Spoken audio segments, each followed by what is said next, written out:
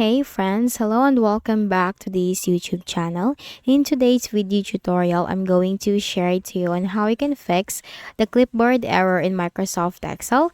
So it will state there was a problem with the clipboard while you are trying to copy content from the spreadsheet on your Microsoft Excel. So for that, let's go quick into the process. First is we can try to close any instances or processes of Microsoft Excel. But before we can do that, you need to make sure that all your spreadsheet or your work on the Microsoft Excel has been saved. And after that, go ahead in the Windows search bar and type task MGR, which stands for Task Manager. Now simply click on that under the best match, maximize the Task Manager window.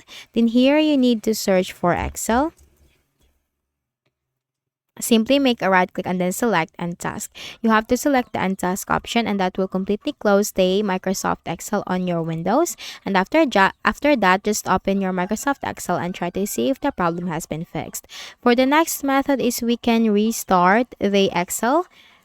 So while you are on your Microsoft Excel, just simply click on this Close button and then open Excel again. So in this way, you can restart the Microsoft Excel and try to see if the problem has been fixed because sometimes a simple restart can fix a lot of issues. Then for the next method is we can also use the open and repair tool, which is a built-in tool here in the Microsoft Excel application.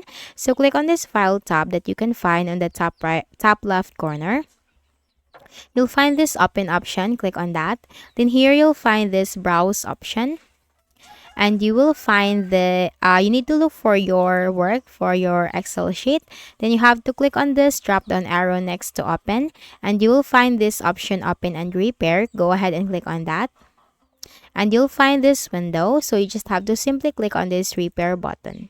And for the next method is we can also disable the Excel add-ins because in some cases that the add-ins can cause the issue.